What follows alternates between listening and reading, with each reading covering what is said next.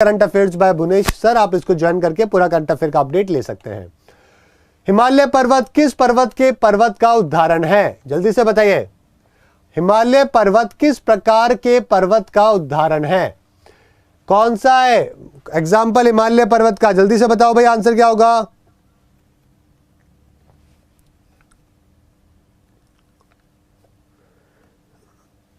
Answer करो guys, क्या होगा? होप कि आपको आंसर आते होंगे, क्योंकि मैं आपको काफ़ी सारी जो है ये स्टार्ट कर चुका हूँ आपके लिए ऑलरेडी, काफ़ी सारी क्लासेस दे चुका हूँ आपको जीके की। अगर उसके बाद में भी अगर आप ऐसा करोगे तो फिर बहुत गलत बात है, ठीक है ना। और टेस्ट है तो भाई अच्छी तरीके से कोशिश करिएगा देने की, ऐसा नहीं कि कुछ भी तुक्के मारो। आप लोग तुक्के मारने की नहीं रखिए, वरना नेगेटिव मार्क्स हो जाएंगे। चलो आंसर क्या होगा? बिल्कुल सही है, यहाँ पे आंसर बच्चों का आ रहा है फोल्ड माउंटेन्स। फोल्ड माउंटेन्स आपका यहाँ पे बिल्कुल सही जवाब है, ठीक है। हिमालय दोस्तों नए जनरेशन के फोल्ड माउंटेन्स है। अरावली जो है ये अपने ओल्डेस्ट माउंटेन है दोस्तों, जो कि राजस्थान से दिल्ली के बीच में है। आर्य समाज के संस्थापक कौन थे? जल्दी से बताइए। अतुल आंसर करिए।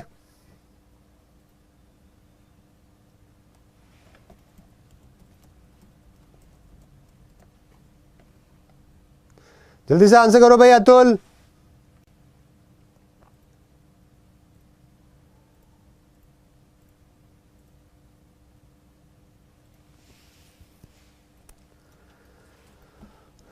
चलिए यहाँ पे आंसर क्या हो जाएगा आपका? काफी बच्चों का यहाँ पे सही आंसर आया है दोस्तों, बिल्कुल सही है। दयानंद सरस्वती आपका बिल्कुल सही आंसर है। तो आर्य समाज जो है वो दयानंद सरस्वती जी के द्वारा बनाया गया था। आपने डीएवी स्कूल का नाम सुना होगा, वो भी इनके द्वारा सेटअप करे गए, दयानंद एंग्लो वैदिक स्कूल्स, ठीक है। तो ये भी आपको पता होना चाहिए। सोशल रिफॉर्मर थे दोस्तों दयानंद सरस्वती, और देश के लिए साथ में अपलिफ्टमेंट के लिए लोगों की सोसाइटी में उनके लिए काफ़ी काम है जो कि दयानंद सरस्वती ने अपने जीवन काल में किया है। इनका जो नाम था बचपन का वो था शंकर तिवारी। क्या नाम था भाई? इनका नाम था बचपन का जो नाम था वो था शंकर तिवारी। ओके, इनका जन्म हुआ था 12 फरवरी को 1824 के अंदर उनका जन्म हुआ था। कहां पे हुआ था भाई? गुजरात वाला जो एरिया है ना, वहां पे इनका जन्म है जो कि हुआ था। दयानंद सरस्वती जी के बारे में बात कर रहा हूं। ओके, और 59 की एज के अंदर इनकी डेथ हुई थी दोस्तों। और सबसे जबरदस्त काम जो है वो आर्य समाज जो है एक रिफॉर्म मूवमेंट है जो कि इन्होंने स्टार्ट किया था। इंडिया फॉर इंडियंस, ये स्लोगन भी दोस्तों इनके द्वारा ही दिया गया था। पेपर में बहुत बार आता है इंडिया फॉर इंडियंस, ये स्लोगन भी जो है दिया गया था दोस्तों इनके द्वारा, दयानंद सरस्वती जी के द्वारा। और साथ में बाद में जो ये स्लोगन है वो किसके द्वारा दिया गया था? लोकमान्य तिलक जी के द्वारा बाद में इस स्लोगन को रिपीट किया गया था। समझ गए? इंडिया फॉर इंडियंस, इंडियंस के लिए इंडिया है, ठीक है। तो ये बातें आपको यहाँ पे ध्यान रखनी है। और राधा कृष्णन जी जो है ना हमारे, उन्होंने जो कि प्रेसिडेंट थे हमारे इंडिया के, उन्होंने इनको मेकर्स ऑफ मॉडर्न इंडिया भी कहा था, और अरबिंदो जी ने भी कहा था इनको। तो कई बार एग्जाम में मुश्किल सवाल ये भी बन सकता है कि मेकर्स ऑफ मॉडर्न इंडिया किनको कहा गया? किसके द्वारा कहा गया? राधा कृष्णन जी के द्वारा, और साथ में अरबिंदो जी के द्वारा, ठीक है। तो ये भी आपको पता होना चाहिए, पेपर में सवाल जो है आपसे पूछा जा सकता है। महिलाओं के राइट्स के लिए, एजुकेशन के लिए इन्होंने काफ़ी काम किया था दोस्तों, ठीक है। चलिए आगे बात करते हैं। और इनका अखबार, इनका जो काम था वो था एक सत्यार्थ प्रकाश नाम से इन्होंने जर्नल भी पब्लिश किया था, सत्यार्थ नाम से। तो वो भी आप याद कर सकते हैं। अभी आप देख सकते हो कितने सारे क्वेश्चन है जो कि यहाँ पे बन गए हैं आपके एक सवाल से, ठीक है। चलिए, रामकृष्ण मिशन जो है वो स्वामी विवेकानंद, ब्रह्मो समाज राजा राम मोहन राय, भूतन आंदोलन विनोबा भावे। ओके, निम्नलिखित में से किस सिख गुरु ने अमृतसर की आधारशिला रखी थी? जल्दी से बताइए। अमृतसर के बारे में बात कर रहा हूं, गोल्डन टेम्पल के बारे में बात नहीं कर रहा हूं। थोड़ा सा डिफरेंस समझिएगा दोनों में क्या होता है। गोल्डन टेम्पल की बात नहीं कर रहा हूं दोस्तों, अमृतसर के बारे में बात कर रहा हूं, ठीक है। हरमिंदर साहिब, जिनको हम गोल्डन टेम्पल के नाम से जानते हैं दोस्तों, 1589 में कंस्ट्रक्ट किया गया था। 1589 के अंदर, आज से 500 साल पहले।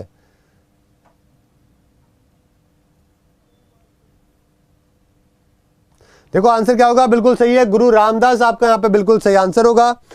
और जो ये टेम्पल बनाया गया था ना, तो ये टेम्पल जो है एक सरोवर के पास में बनाया गया था। एक सरोवर था, आपने देखा होगा, है ना, पानी का सरोवर है ना। और ये सरोवर को भी हमारे रामदास जी ने ही कंप्लीट करवाया था गाइज। जो ये टेम्पल बनाया गया है सरोवर के पास में बनाया गया, अमृतसर जो है उसका फाउंडेशन भी रामदास जी ने रखा था, और ये सरोवर भी इनके द्वारा ही बनाया गया था। अर्जुन, जो गुरु अर्जन थे, जो कि 5वें गुरु थे, उन्होंने मीर मियान से रिक्वेस्ट करी थी। जो 5वें सिख गुरु हैं अर्जन देव जी, उन्होंने रिक्वेस्ट करी थी दोस्तों, किससे, मियां मीर से, कि वो क्या रखे, फाउंडेशन रखे गोल्डन टेम्पल की। ठीक है, और कब रखी गई थी, 1589 के अंदर यह आधारशिला है जो कि रखी गई थी। और 1604 में गुरु अर्जन देव जी ने आदि ग्रंथ जो है वो हरमिंदर साहब के अंदर उसकी कॉपी है जो कि रखी थी। ओके, तो ये सब भी आपको यहाँ पे पता होना चाहिए। कई बार डिस्ट्रॉय भी किया गया, अहमद शाह अब्दाली के द्वारा डिस्ट्रॉय किया गया, बाद में फिर से बनाया गया, रणजीत सिंह जी ने इसको रेनोवेट किया, काफी बार इसको रेनोवेट किया गया। ठीक है दोस्तों, चलिए आगे बात करते हैं। चौथे जो गुरु थे ना रामदास जी, उन्होंने अकबर द्वारा दी गई जमीन पर अमृतसर शहर की स्थापना करी थी। ओके, और अकबर ने जमीन दान दी थी। हरमिंदर साहब गुरु अर्जन सिंह देव जी के द्वारा डिजाइन किया गया था। अगला है, भारतीय संविधान का निम्नलिखित में से कौन सा अनुच्छेद विधि के समक्ष समता के अधिकार से संबंधित है। Right to equality before law, article 14 से 18 क्या बोलते हैं भाई, इक्वालिटी को लेकर बात करते हैं। आर्टिकल 14 से 18 हमारे संविधान के भाग 3 जो है हमारा, जिसके अंदर हमारे फंडामेंटल राइट्स हैं, आर्टिकल 12 से लेकर 35 जो है दोस्तों वो भाग 3 है। उसमें 14 से 18 समानता को लेकर बात करते हैं, और कानून के तहत सभी लोग समान होंगे। ये कौन से अनुच्छेद के अंदर कहा गया है दोस्तों, ये आपको बताना है। बिल्कुल सही आंसर आ रहा है दोस्तों, अनुच्छेद 14 आपका बिल्कुल सही जवाब है। ठीक है, 15 क्या बोलता है कि कास्ट के ऊपर, रिलीजन के ऊपर, जेंडर के ऊपर कोई डिस्क्रिमिनेशन नहीं होगा। 16 बोलता है इक्वल अपॉर्चुनिटी मिलेगी सभी लोगों को। समझ गए मेरी बात। चलिए बात करते हैं आगे। आपस में जुड़े द्वीप समूह को क्या कहते हैं। आपस में द्वीप जुड़े हुए जो होते हैं उनको हम क्या बोलते हैं, आर्चिपेलागो। बिल्कुल सही जवाब है, पहले भी हम कर चुके हैं। ओके, प्रायद्वीप क्या होते हैं, जहां पे 3 पेनिनसुला क्या होते हैं, जहां पे 3 साइड में पानी होता है, जैसे कि इंडिया। ठीक है, उसी तरीके से जो स्ट्रेट क्या होते हैं, जो कि डिवाइड करता है 2 जमीनों को। यहां पे भी लैंड है, यहां पे भी लैंड है। तो ये जो डिवीजन किया है ना जिसने, इसको हम क्या बोलते हैं, स्ट्रेट कहते हैं। लगून क्या होता है, water of sea enter into land area creates lagoon. तो अगर जैसे कि ये सी है, ठीक है, अगर ये जमीन में एंटर कर जाता है तो यहां पे क्या बनाता है, लगून बनाता है। समझ गए मेरी बात। चलो भाई, निम्नलिखित में से कौन से संयुक्त राष्ट्र की कामकाज की भाषा नहीं है। यूएन की ऑफिशियल लैंग्वेजेस के बारे में आपको बताना है।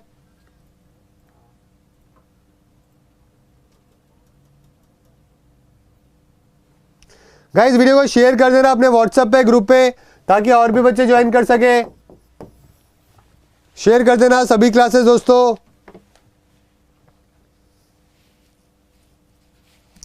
बताओ भाई यूएन के बारे में।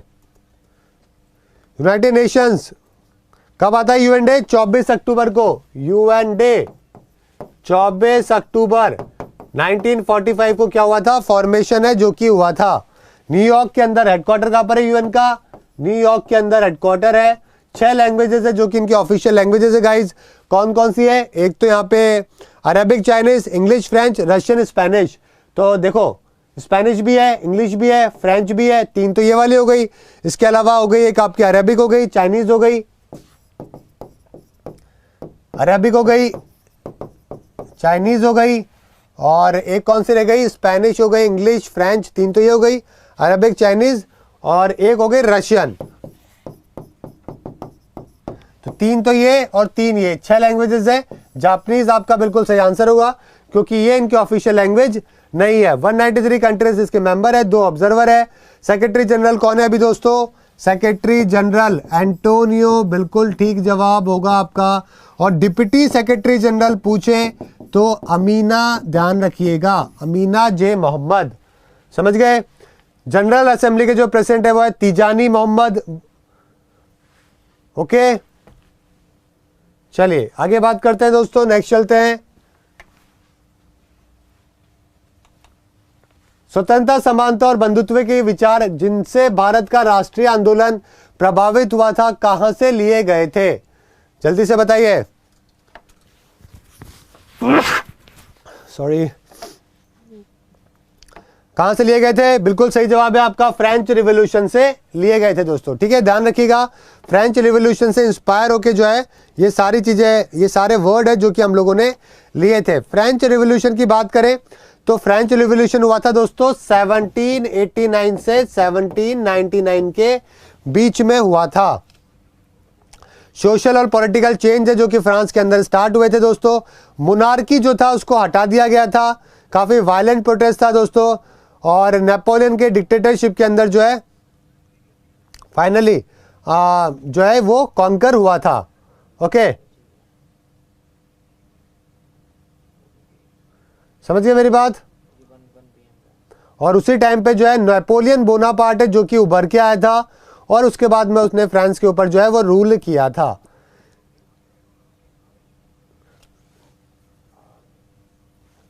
चलिए, उस टाइम पे मिडिल ईस्ट हो गया, कैरेबियन तक जो है ये पूरा का पूरा प्रोटेस्ट पहुंच गया था, और काफी लोगों ने काफी देशों में इंस्पायर हुए थे फ्रेंच रिवॉल्यूशन से। और काफी उसके बाद में 7 ईयर वॉर भी हुई थी, अमेरिकन रिवॉल्यूशन वॉर भी हुई थी। तो काफी लोगों को जो है यहाँ से एक आइडिया मिला था कि किस तरीके से मूवमेंट होते हैं, प्रोटेस्ट होते हैं, डेमोक्रेटिकल बातें होती है, मोनार्की को किस तरीके से हटाया जा सकता है। आज तक हिस्टोरियन के द्वारा जो रीजन थे ना, वो तो आज भी जो है वो काफी डिबेटेबल है, उसके ऊपर आज भी काफी डिबेट्स होती है। ठीक है, चलिए आगे बात करते हैं, नेक्स्ट चलते हैं। किस संविधान संशोधन द्वारा 6 से 14 साल वर्ष तक के बच्चों के लिए शिक्षा का अधिकार मौलिक अधिकार बन गया? जल्दी से बताइए, जल्दी से बताइए। राइट टू एजुकेशन,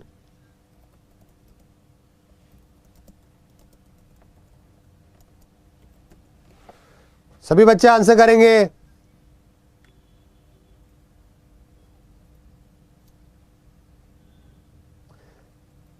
चलिए, आंसर यहां पे क्या हो जाएगा दोस्तों? 86 कॉन्स्टिट्यूशन अमेंडमेंट एक्ट के द्वारा क्या हुआ था दोस्तों? इसको एड ऑन है जो कि किया गया था। ठीक है, ध्यान रखिएगा, पेपर के लिए महत्वपूर्ण है। 86 कॉन्स्टिट्यूशन अमेंडमेंट एक्ट आया था। आर्टिकल 21 के अंदर हमने ए के अंदर जो है इसको इंक्लूड किया था। कौन सा साल था? कॉन्स्टिट्यूशन अमेंडमेंट एक्ट 2002 के तहत 6 से 14 साल तक के सभी बच्चे जो है वो सारे स्कूलों के अंदर फ्री ऑफ कॉस्ट पढ़ सकते हैं। आगे बात करते हैं, भारतीय संविधान की प्रारूप समिति के अध्यक्ष कौन थे? ड्राफ्टिंग कमेटी के। काफी सिंपल क्वेश्चन है। अगर देखो आज के टेस्ट के अंदर अगर आप 80% नहीं लेके आ रहे ना, 80% मार्क्स, तो इसका मतलब है कि भाई फिर तो आप प्लस ज्वाइन कर ही लो, फिर तो कोई तारा ही नहीं है मतलब आपके सिलेक्शन के लिए। सिंपल सी बात है, एटलीस्ट 80% आपका स्कोर होना चाहिए, क्योंकि आज का जो लेवल मतलब बहुत ज्यादा क्वेश्चन, तो काफी ज्यादा क्वेश्चन तो ऑलरेडी कवर्ड भी है और आपको पता भी है ना, कवर करे हुए हैं। BR अम्बेडकर आपको मालूम है। अगर ये भी सवाल आपसे सही नहीं होंगे तो बहुत सीरियस कंसर्न है और आपको सच में बहुत अच्छी तैयारी करने की जरूरत है। सिंगल सिटीजनशिप का जो प्रावधान है वो हमने कहां से लिया है? ये क्वेश्चन अभी कुछ दिन पहले ही कराया मैंने। रेगुलर क्लास नहीं देखोगे ना तो नहीं होएगा काम, सिंपल सी बात है। ये जो टेस्ट आपके लिए बन रहे हैं आपकी क्लासेस में से ही तो बन रहे हैं, और क्लासेस के अंदर अगर आप देखोगे नहीं तो फिर कैसे आपकी नॉलेज इंक्रीज होगी? ठीक है, आंसर यहां पे क्या हो जाएगा? बिल्कुल सही है, ब्रिटेन से जो है हमने सिंगल सिटीजनशिप है जो कि लिया है। ओके, पार्लियामेंट हो गई, लॉ हो गया, ये सब हमने ब्रिटेन से लिया है। इसके अलावा फंडामेंटल ड्यूटीज, प्रेसिडेंट, प्रीम्बल, ये सब हमने यूएसए से लिया है, supreme court. The upper part of the crust, crust का जो अपर पार्ट बना होता है वो किस चीज से बना होता है? जल्दी से बताइए। 2-3 दिन पहले ज्योग्राफी की क्लास में पढ़ाया था मैंने आपको, भूपपटी के ऊपरी हिस्से को किस नाम से जाना जाता है? पढ़ाया था ना कि सबसे ऊपर क्रस्ट होता है, फिर मेंटल होता है, फिर नीचे कोर होता है। ये इस प्रकार से हमारी अर्थ होती है, अर्थ का एक पार्ट है मतलब ये। और क्रस्ट में क्या होता है, सेल होता है, फिर सीमा होता है, फिर क्या होता है, नाइफ होता है। सेल का मतलब silica alumina, silica magnesium, iron और निकेल, इस तरीके से मिलता है। तो आंसर क्या हो जाएगा, सी आपका यहाँ पे बिल्कुल सही आंसर हो जाएगा। ठीक है, समझ गए मेरी बात। चलो आगे बात करते हैं। ये देख सकते हो आप, ये रहा ऊपर की तरफ है क्रस्ट, फिर मेंटल है, फिर कोर है। चलिए, किसकी अध्यक्षता में भारतीय राष्ट्रीय कांग्रेस के प्रथम अधिवेशन का आयोजन हुआ। प्रथम अधिवेशन 1885 के बारे में हम लोग बात कर रहे हैं। ओके, जल्दी से बताइए। 1885 के अंदर आपको मालूम है कांग्रेस का गठन हुआ था दोस्तों, 28 दिसंबर 1885। किसके द्वारा, एओ ह्यूम थे, दादा भाई नेहरूजी थे, धिनशॉ करके थे, इन सब लोगों के द्वारा स्टार्ट किया गया। और सबसे पहला 1885 के अंदर कहां पे हुआ, बॉम्बे के अंदर हुआ था, जहां पे कौन थे दोस्तों, WC बैनर्जी जो थे वो अध्यक्ष थे। बिल्कुल सही है, 72 डेलीगेट्स ने इसको अटेंड किया था। उसके बाद में कौन थे दोस्तों, 1886 के अंदर थे आपके नेहरू, वो थे दादा भाई नेहरूजी, दादा भाई नेहरूजी थे दोस्तों। उसके बाद 1887 की बात करें तो तैयब जी थे, जो कि पहले मुस्लिम बने कांग्रेस के प्रेसिडेंट। 1888 के अंदर थे जॉर्ज जूल, जो कि फर्स्ट इंग्लिश या फिर कोई ब्रिटिश फॉरेनर कह सकते हो आप, ये फर्स्ट मुस्लिम थे जो कि प्रेसिडेंट बने थे। ठीक है, तो ये सब आपको पता होना चाहिए, पेपर के लिए महत्वपूर्ण है। और उसके अलावा अगर मैं बात करूं तो 1896 आपके लिए इंपॉर्टेंट है, जहां पे पहली बार वंदे मातरम जो है वो गाना गाया गया। ओके, ठीक है, और पहली बार महिला कहां पे बनी, पहली बार फर्स्ट 1925 के अंदर पहली भारतीय महिला सरोजनी नायडू बनी। उससे पहले एनी बेसेंट बनी 1917 के अंदर। तो ये सारे के सारे इंपॉर्टेंट सेशंस है जो कि आपको पता होने चाहिए, यहाँ पे क्या क्या हुआ, कैसे कैसे हुआ। ठीक है, INC कॉन्फ्रेंस भुवनेश डाल देना, यूट्यूब पे वीडियो मिल जाएगा और वहां पे सारी जानकारी, पूरा वीडियो स्पेशल बना रखा है आपके लिए। चलिए आगे बात करते हैं, लोकसभा अध्यक्ष अपना त्यागपत्र किसे संबोधित करते हैं, जल्दी से बताइए। लोकसभा के जो स्पीकर होते हैं वो अपना रिजाइन देते हैं दोस्तों डिप्टी स्पीकर को, और डिप्टी स्पीकर स्पीकर को, इस तरीके से दोनों खेलते रहते हैं। आंसर हो जाएगा आपका डी। चौल वंश का संस्थापक कौन था, जल्दी से बताइए। चौल वंश के बारे में बताइए, संस्थापक कौन था चौल वंश का। आंसर क्या हो जाएगा, विजय लाय आपका बिल्कुल सही आंसर है, जो कि हो जाएगा उरेयूर है, जो कि इनकी राजधानी थी, जबकि तंजावुर दूसरी राजधानी बनी। चलिए, अलेक्जेंडर के आक्रमण के समय उत्तर भारत में किस वंश का शासक था। Alexander the great, simple question है, नंदा। ठीक है, नंदा थे दोस्तों उस टाइम पे, जो कि यहाँ पे किंग थे, और उन्होंने जो है यहाँ पे रोका भी था अलेक्जेंडर की आर्मी को दोस्तों। समझ गए, ध्यान रखिएगा दोस्तों, पेपर पॉइंट ऑफ व्यू से महत्वपूर्ण है। आगे बात करते हैं, लोधी वंश का संस्थापक कौन था। लोधी वंश का संस्थापक कौन था, जल्दी से बताओ। बिल्कुल सही जवाब होना चाहिए, आंसर होगा आपका बेलूल लोधी। ठीक है, बेलूल लोधी क्या था, इसका लोधी वंश का संस्थापक था, और सईद डायनेस्टी के बाद में इसने दिल्ली के अंदर इसको सेटअप है जो कि किया था। ओके, लास्ट इब्राहिम लोधी आपको मालूम है बाबर से आ रहा था पहली बैटल ऑफ पानीपत में 1526 के अंदर। भारत के सबसे बड़ा नदी द्वीप माजुली किस नदी पर स्थित है। माजुली आइलैंड दोस्तों कहां पर है, सभी को मालूम होगा आंसर, ब्रह्मपुत्रा के ऊपर है। वर्ल्ड का बिगेस्ट रिवर आइलैंड है, जो कि किसके ऊपर, ब्रह्मपुत्रा नदी के ऊपर है। और यह भारत का पहला आइलैंड है जिसको डिस्ट्रिक्ट भी घोषित किया गया था दोस्तों। ठीक है, निम्नलिखित में से कौन हड़प्पा और मोहनजोदाड़ो के उत्खनन से संबंधित है, संबंधित नहीं है।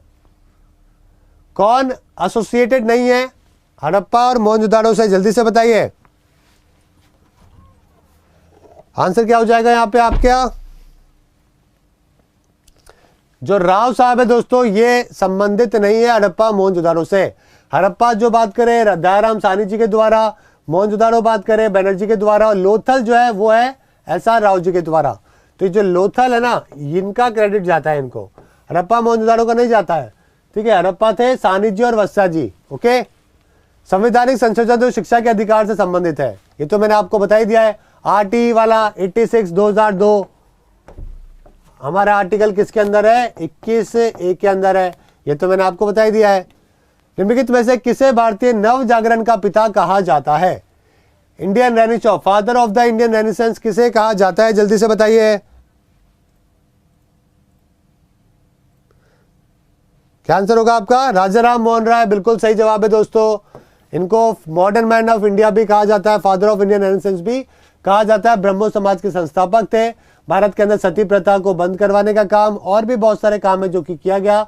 2004 के अंदर राजा राम मोहन राय को 10वें नंबर पे रखा गया था BBC poll of the greatest Bengali of all time के अंदर, ठीक है। प्रथम वित्त आयोग का अध्यक्ष कौन था? अभी कौन है? NK सिंह है, जो कि 2020 से 2026 तक के लिए बने हुए हैं वित्त आयोग के। और पहले कौन थे? नायोगी जी थे, बिल्कुल सही है, सी आपका बिल्कुल सही आंसर होगा। आर्टिकल 280 के अंदर आपके फाइनेंस कमीशन के बारे में बोला गया है, जो कि काम क्या करता है? सेंटर और स्टेट के बीच में जो है ना टैक्सेस को डिस्ट्रीब्यूशन को लेकर काम करता है। इसके अलावा पॉलिसीज को लेकर काम करता है।